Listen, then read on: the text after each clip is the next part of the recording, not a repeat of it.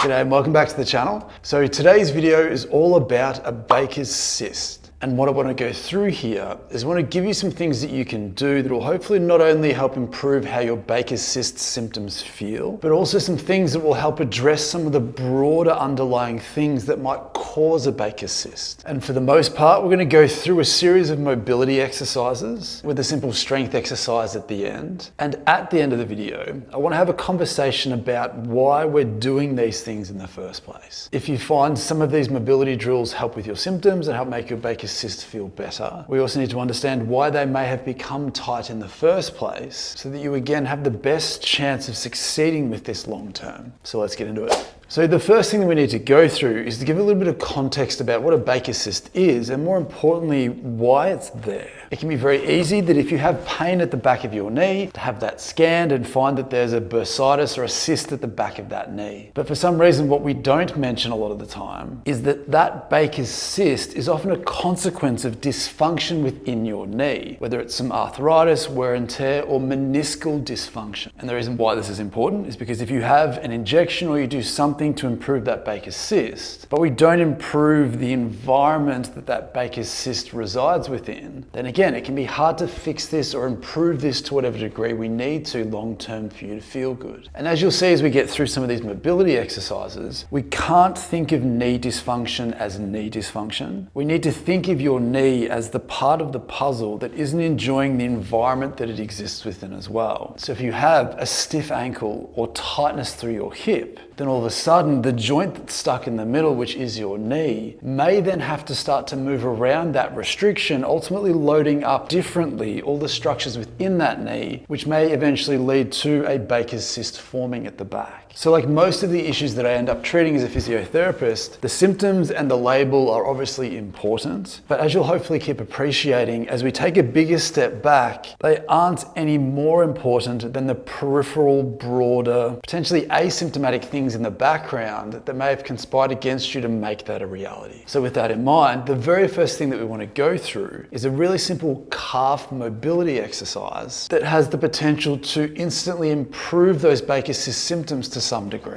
So when looking to try and improve your Bakers cyst symptoms, one of the first places we can start is with a basic calf mobility stretch. The reason why this is really important is that that Bakers cyst often resides at the back of the knee joint. And anatomically, your gastrocnemius or calf muscle has a very close relationship to where the Bakers cyst tends to be. And naturally, when there is some dysfunction deeper, the superficial structures over the top can be asked by your brain to tighten up to help support or protect dysfunction underneath. And one of the best ways to mobilize a tight calf muscle, pain permitting of course, is to use a step. And how this looks for a lot of people is that if you have a step, all we want you to do is just hang your heel off the edge of the step and just very gently drop that heel down as far as you feel comfortable. Now, traditionally, we used to get you to hold this for 30 seconds. Maybe you did that 3 to 5 times, but that necessarily isn't good enough to make immediate change in the tension within that tissue. What you need to try and do instead, if you gently rotate from side to side to find which version or which angle with this stretch attacks the most relevant calf tightness for you. And once you've found that, we need you to actively squeeze that tightness to try and tense that tightness up for 5 to 10 seconds. Again, what this does is it creates a reflex in your brain that when you stop tensing, it will immediately give that tissue a little bit more space, which means you should be able to drop deeper down into the stretch than what you could before. And then we just get you to keep repeating that process, squeezing it for 5 to 10 seconds, relaxing, going deeper until you've stopped making change or you've had enough. Or if you don't have a step, what you can do instead is you can do the exact same exercise up against a wall. So the idea is that you want to get your heel as close to that wall as you can, squeezing your bottom, keeping your legs straight, and then bringing your hips towards the wall as close as you can, looking for that same calf tightness. Again, we can turn your leg inwards and outwards to bias the inside or the outside of that calf a little bit more. Try and tense that calf muscle or try and push your foot or toes back into the wall to make that calf muscle work. Hold that for 5 to 10 seconds, relax, try and go a little bit further, and so on and so forth. And then following on from this, in the spirit of making sure that we're not just looking at your knee as a knee in isolation, that we're considering your knee's role within the context of your broader leg function. If your ankle joint is stiff and is less mobile than it could be, then any activity that you do that requires more ankle range of motion than you currently has can fundamentally change how you load up your knee, because it's physically the next most mobile structure above that ankle. So the next exercise is a very powerful and potent ankle joint mobility stretch. So when looking to mobilize a restricted ankle joint, one of the best exercises that I've seen clinically is the banded ankle stretch. And the reason why this is so important is that by using a band that's tied to something that's not going to move, hooking it just underneath the bones at your ankle, stretching it out as far as you feel comfortable, and then gently bending in and out of that end range, it's a fantastic way to specifically target the ankle joint capsule that can often become stiff, tight, and restricted for a number of reasons that we'll get to at the end of this video. But with this exercise, what we want to make sure that we do is that if your ankle joint has less range of motion than it should have, especially when doing simple things like walking, running, going up and down stairs, or even just bending and squatting, your leg will run into that end range and then do something different to go around it to complete that task. So when we're doing something like a squatting motion, we should be able to squat with our feet straight and have our knees relatively turned outwards to engage our hips and bring our arches into a good position. But if you're running into the end of your ankle range, the only way your body can go further is to either turn your foot out to allow it to go through it, or to dump your knee in to go around that restriction. So when trying to mobilize a restricted ankle, we want to make sure that when you're in this position and you're gently trying to oscillate in and out of that end range, we want to make sure that you're doing it with your feet straight and not doing it in a way where you feel like your knee is dumping inwards. Because if we can keep your foot straight, rotate your knee outwards and go through that more outward plane, then we're going to be going through that rusty ankle, through that ankle restriction, and not around it. And hopefully, as you can appreciate, as soon as we start to introduce a lot more rotational force through the knee, that meniscus, the tissue within your knee, is less equipped to handle that than if it was a linear, straightforward up and down motion. So if you can spend 30 seconds, 60 seconds, 2 minutes oscillating in and out of that ankle range, you should instantly feel a little bit looser and a little bit lighter through your ankle straight away. And then once you've hopefully introduced more mobility into the system from below your knee, we want to start to look through some of the soft tissues that might be restricted above your knee, of which your quads may be strongly included. So quadricep muscle tightness can play a very strong role in any form of knee dysfunction, of which a Bakers cyst is no different. Functionally, because the muscles at the front of your thigh anchor down into the front of the kneecap, any excess tightness in those areas can essentially pull a bunch of slack out of the system, setting anything within that system up for dysfunction. So although the typical Bakers cyst symptoms reside around the back where the cyst actually tends to be, we don't want to neglect the idea that the back of your knee is in some ways just an extension of the front of your knee as well. It's all one big system that requires us to take a look at that system in its entirety to truly understand what we need to improve with you to improve how your Bakers cyst symptoms feel and what might need to change long term to get you through this. And if you've been a fan of the channel for a while, you'll know that the best exercise that I've seen to very quickly free up a lot of the tightness that tends to go down through your quadriceps and your thigh muscles is the couch stretch. Now, obviously, I will do this down on the floor. This is a more advanced version, but you can do this exact same exercise on a seat and work your way down to this point at some stage eventually. But as always, how it looks is that we want to make sure that we get your knee back into the back corner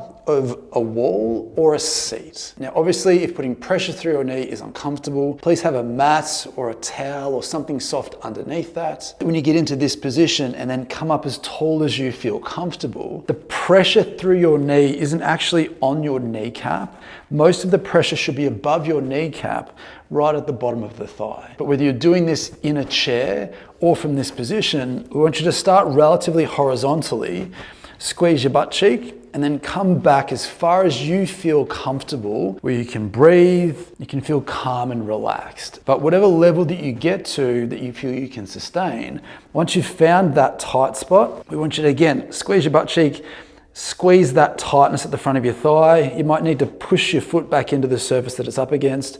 Again, like the calf stretch for 5 to 10 seconds. The idea being is that when you stop tensing it, the tissue will give a little bit and you'll be able to go a little bit further into that stretch than you could before. And we just keep repeating that process again until you either stop making change or you get sick of it and you've had enough, especially if it's the first few times that you've done this. But something as simple as the couch stretch can feed a lot of that excess slack back into the knee, allowing the tissue within the knee and the Bakers cyst to feel better. And as you started to clear up some of the tightness at the front of your thigh, again, much like the ankle restriction, we also want to take a good look at what's going on through your hips, particularly your glutes, to see if there's any tightness in that part of the system that again might be affecting the next most mobile joint below those hips, which is your knee. So in the exact same way that restrictions in your ankle can fundamentally alter how your leg loads up your knee, the same thing applies with hip restrictions. If you're missing some rotational movement at your hip, whether that be because your hip joint is a bit restricted or your hip muscles are tight, then again it may require all the tissue below that level to be loaded differently to complete the same task. So one of my favorite ways to mobilize tight hip muscles is basically just a seated gluteal stretch. So being up nice and tall,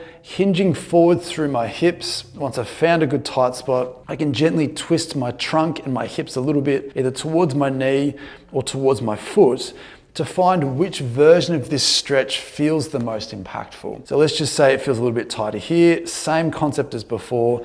Want to squeeze wherever it feels tight. If you need to push your shin back down into your knee to make that happen, you're welcome to. Hold it for 5 to 10 seconds. So again, when you relax, it'll give. There'll be a little bit more range there. You can take up that slack and keep repeating that same process. And then once again, once you feel like that has loosened a little bit, you might then find that there's a little bit more function and a little bit more comfortability back down in that knee, particularly down where that Bakers cyst might be. But overall, freeing up your ankle and freeing up your hips is an important concept that is missed so much about trying to restore normal function to the joint that's stuck in between that, which is your knee. But as I just mentioned, once you've found potentially some of those hidden handbrakes and fed some slack and normal function back into that knee, we do want to consider doing some strength exercises to help improve the strength of your quadriceps and your gluteal muscles. And in the spirit of convenience, we can do both of those with the same exercise through some banded squats. So an important part of any rehab program is strength work. And for Bakers cyst, two of the main areas to focus on are your quadricep muscle strength and your gluteal muscle strength because of their influence over knee joint function. And again, for the sake of convenience, if we have a band around your knees and practice doing some squatting exercises, then we can achieve the task of strengthening both of those areas at the same time. And if you feel that just basic squats, where your feet are straight and you're creating that external rotation outwards and trying to keep it there despite the band wanting to pull you inwards, does annoy your knees a little bit, then we can certainly shorten the range of motion to still get a little bit of work done without going to full depth. Or we can do something called a box squat. And what that looks like is having a bench or a seat behind you. This allows you to keep your shins more vertical for longer, reducing the amount of forward shear through your knees that you may get from a traditional squat. It's important to clarify that basic squats are a normal human movement that everyone should have the capacity to tolerate at some stage. But if you can't tolerate a basic squat to start with, having something behind you and thinking of taking your bottom back and down, maintaining the tension before coming back up again, can be a nice short-term way to get strength into your glutes and quads without further irritating a joint that's potentially already a little bit irritated. Whether you're doing something like a deep squat or you're doing something as simple as a box squat, we need to do enough of them so that you feel fatigue. That may look like 3 sets of 8 to 12 reps. And then if you can master some strength exercises and figure out how to mobilize those joints above and below the knee and the soft tissue in between, then the final piece of the puzzle that we need to consider is, why are those tissues restricted in the first place? The last piece of the puzzle that I think is vital to appreciate to make sure that we're not repeating the same mistakes over time is that if you found that your ankle and calf are stiffer and more restricted than they need to be, or you feel like your quads and glutes are a little bit tighter than they need to be, then we need to have a conversation about your footwear for your calf and ankle and how much or how you sit for your quads and glutes. From an ankle perspective, if any of the footwear that you have has a heel at the back of it, then that is again the exact amount of ankle range you may not get access to for the entire time that you're wearing those shoes. And like we've discussed, if your ankle joint is a bit stiffer and your calf muscles are tighter, then not only will that influence influence how your knee functions, but symptomatically, it can definitely influence how your Bakers cyst feels. So if you're working hard on mobilizing your calves and your ankle with a banded ankle stretch, and you don't then think about the type of shoes or heeled shoes that you're in, and maybe start looking towards a flatter, more evenly heeled shoe, then again, your ankle may consistently be asked to remain stiff or keep re-stiffening, because that's what your environment is asking of you. And similarly,